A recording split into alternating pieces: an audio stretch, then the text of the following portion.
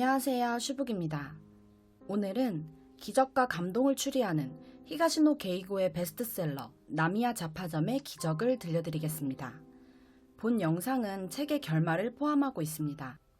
이 점 참고하시고 들어주시면 감사하겠습니다. 그럼 지금부터 줄거리 시작합니다. 제1장 답장은 우유상자에. 3명의 빈집털이범은 도주 중 나미야 잡화점이라고 간판이 붙은 폐가에 들어가게 되었다. 상품 진열대를 보고 있는데 갑자기 편지 한 통이 배달되었다. 처음으로 상담 편지 드립니다 라고 시작된 이 편지는 올림픽을 준비하는 한 여자 운동선수가 보낸 것이었다. 사랑하는 사람이 갑자기 병으로 앓아 누우면서 기껏해야 반년 정도밖에 살 수 없다고 하는데 자신은 올림픽을 준비해야 하는 상황이라 어떻게 해야 할지 모르겠다는 내용이었다. 편지를 읽은 그들은 왜 편지가 이런 곳에 배달되었는지 의문이 들었지만 어쩐지 마음에 걸렸다. 결국 혹시 전지훈련을 갈 때 남자친구를 데리고 가는 건 어떻겠냐는 답장을 썼다. 그리고 가게 앞 우유상자에 넣었다. 그런데 넣자마자 바로 그녀에게서 답장이 왔다. 그 사람의 건강 상태가 좋지 못해서 그렇게 할 수 없을 것 같다고 말하며 만화에서처럼 텔레비전 전화 같은 것이 있으면 좋겠다고 했다. 그들은 뭔가 이상하다는 생각이 들었다.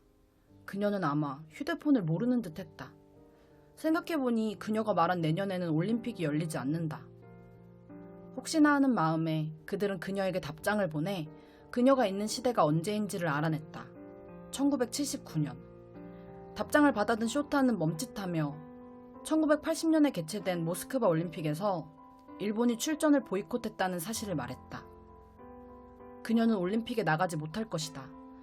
그들은 그녀에게 그 사람을 사랑한다면 마지막까지 곁에 있어주는 게 옳으니 당장 훈련을 그만두고 그 사람을 간병하라는 답장을 보냈다. 빠르게 답장이 왔다. 그녀는 단념하려 했으나 그 사람이 너무 실망한 나머지 자칫 병세가 더 악화될 것 같아 차마 말을 할 수 없다고 했다. 그러는 중에도 그녀는 기어코 합숙훈련까지 갔다. 그녀는 고민해줘서 고맙다는 말과 함께 더 이상 답장을 해주지 않아도 된다는 마지막 편지를 보냈다. 화가 난 쇼타는 그녀에게 정말로 올림픽에 나가고 싶은 거냐 꾸짖으며 당신은 바보입니다 라는 편지를 보냈다. 이전과 달리 몇 분이 지나도 답장이 오지 않았다. 그런 편지를 받았으니 그럴만도 하다. 셋은 이제 그만 잊어버리자고 말했다. 그 순간 한 통의 편지가 도착했다. 그녀에게서 온 편지는 정말 생각지도 못한 것이었다. 그녀는 마지막까지 힘껏 노력했는데도 대표 선수로 뽑히지 못했다. 그뿐만 아니라 이번 올림픽에 쏟은 노력 자체가 물거품이 되었는데도 전혀 후회하지 않는다고 했다. 화가 나서 대충 써보낸 그 편지를 읽고 자신이 무엇을 하고 싶은지 깨달았다고 말했다. 나미야 잡화점 덕분에 올바른 길을 선택했다고 굳게 믿고 있는 것이었다. 어찌되었던 기분이 좋았다. 그들은 지금까지 한 번도 다른 사람의 고민 상담을 해준 적이 없었다. 이때 또 다른 편지가 도착했다. 제2장 한밤중의 하모니카를. 가스로는 어릴 때부터 음악이 하고 싶었다. 부모님의 반대로 대학에 진학했지만 결국 중퇴를 선택했다. 부모님은 노발대발하며 즉시 집에 내려와 자신의 가게를 물려받으라고 했지만 가스로는 뜻을 굽히지 않았다.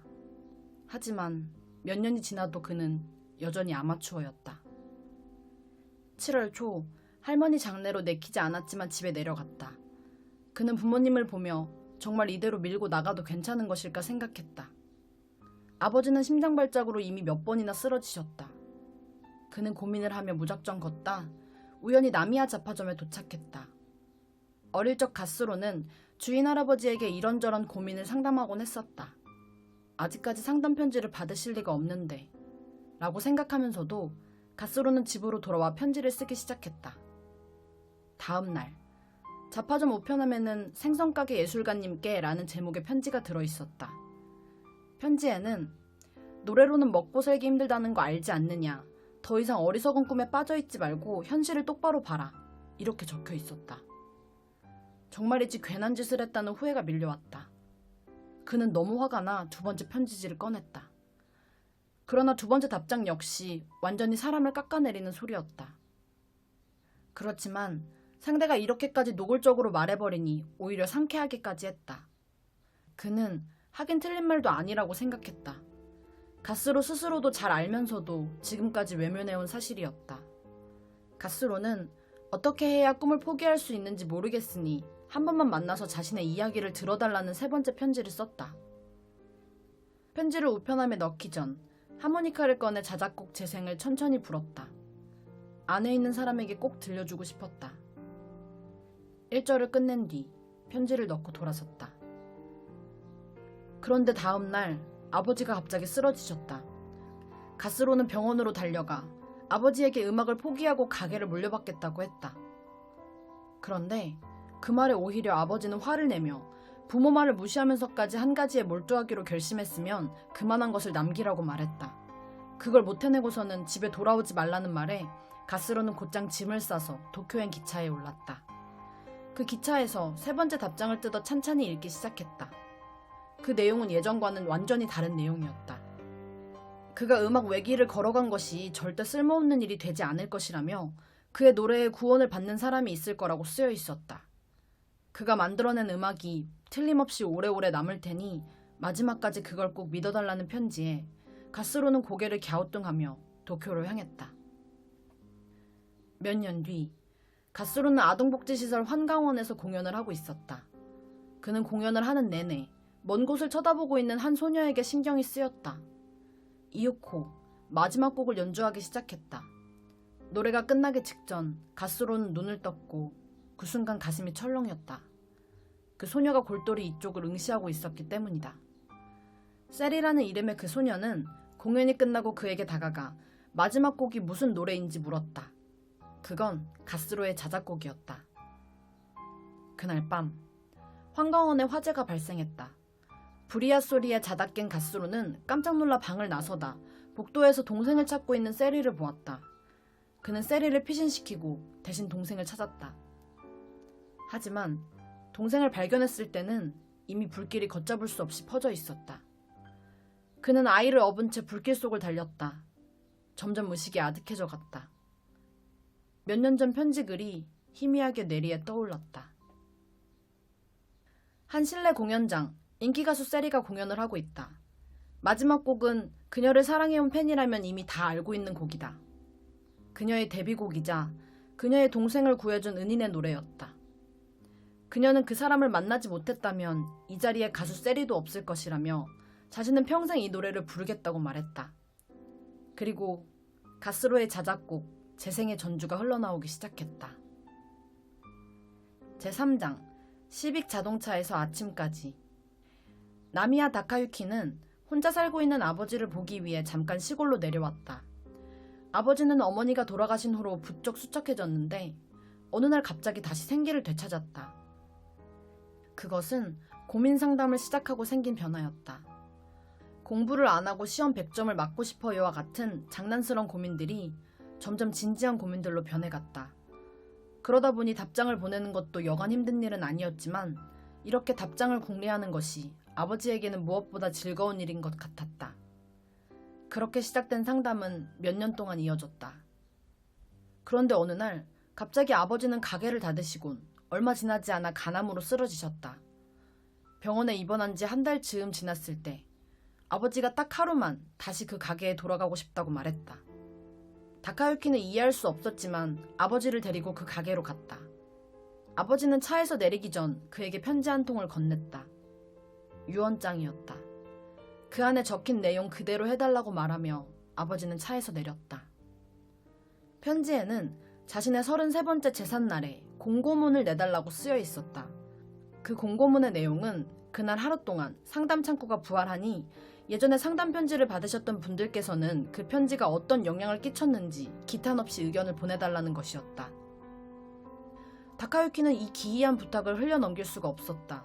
그 이유는 석 달 전 기사와 함께 아버지가 들려준 이야기 때문이었다.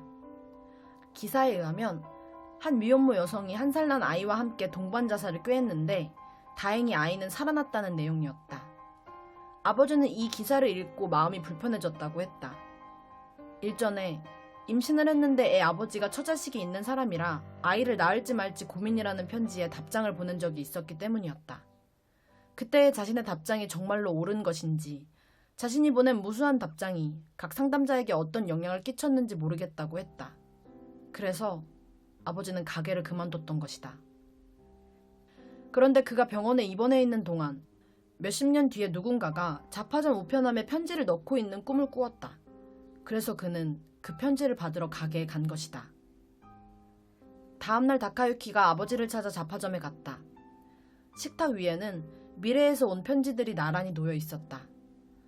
부모님을 따라 야반도주를 했던 한 소년이 보낸 나미야 씨의 충고 덕분에 잘 살고 있다는 내용의 편지에서부터 그 미혼모의 살아남은 아이가 보낸 편지도 있었다.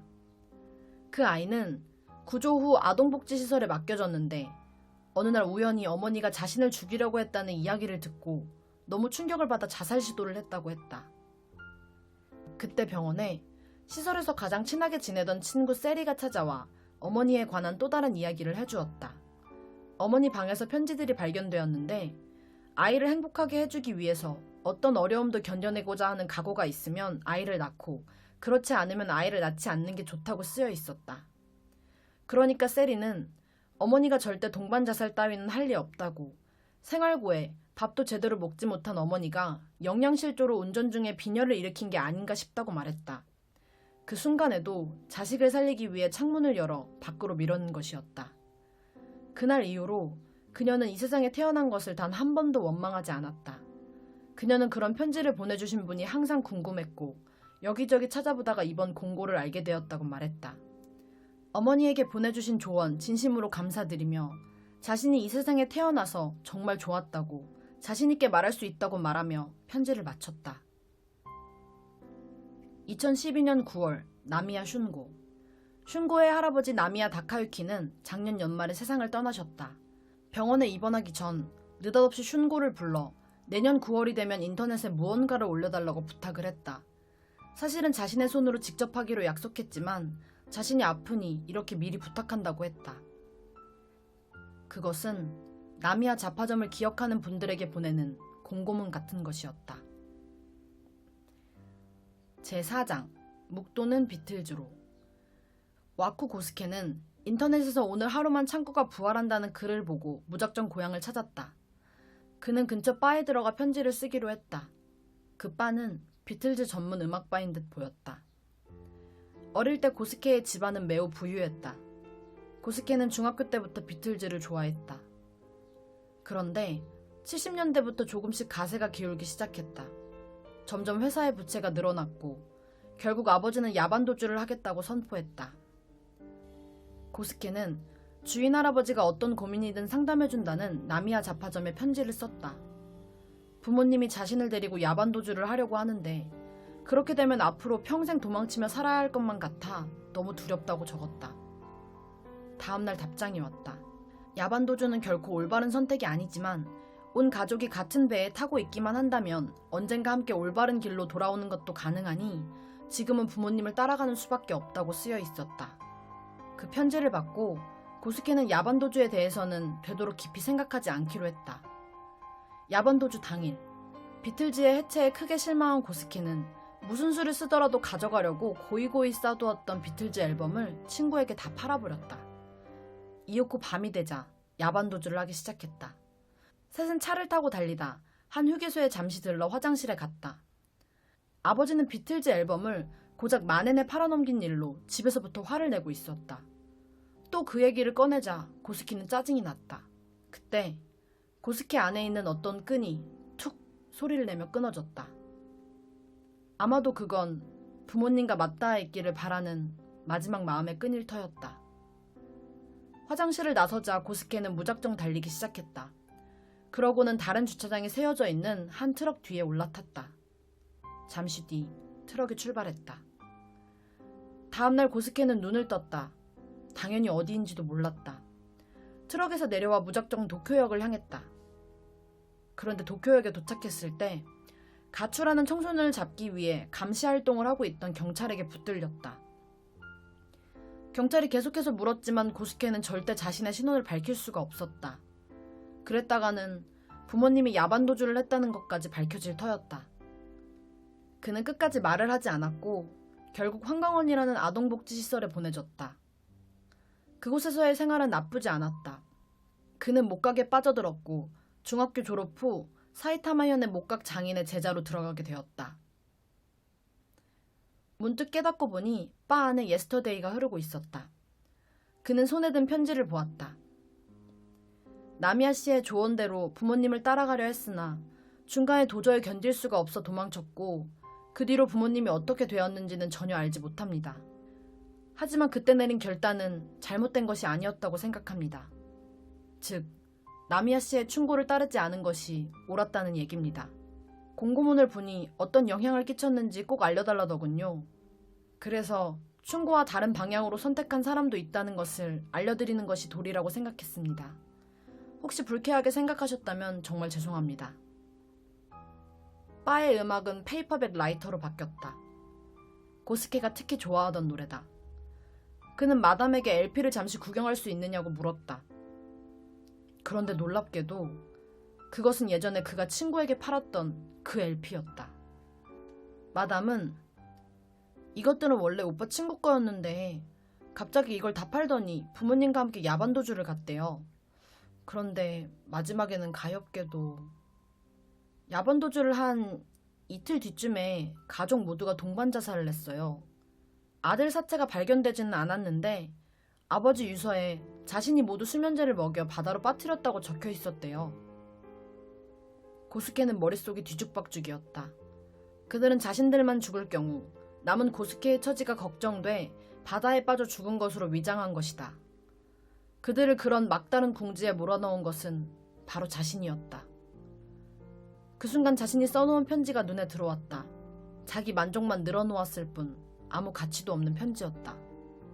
내심 경멸해왔던 부모님의 희생이 없었더라면 지금 어떤 꼴이 되었을지도 모르는 주제에. 고스케는 새로 편지를 써내려갔다. 만약 나미야 할아버지 귀에 야반도주를 했던 가족이 동반 자살을 했다는 소식이 들어갔다면 그는 자신의 충고를 크게 후회했을지도 모른다. 고스케는 저승에 계신 할아버지를 안심시켜드려야겠다고 생각했다. 충고를 따라서 잘 살고 있으며 모두 나미야 씨 덕분이라고 감사한 마음을 전하고 싶어 이렇게 편지를 드린다라고 적어 편지함에 넣었다.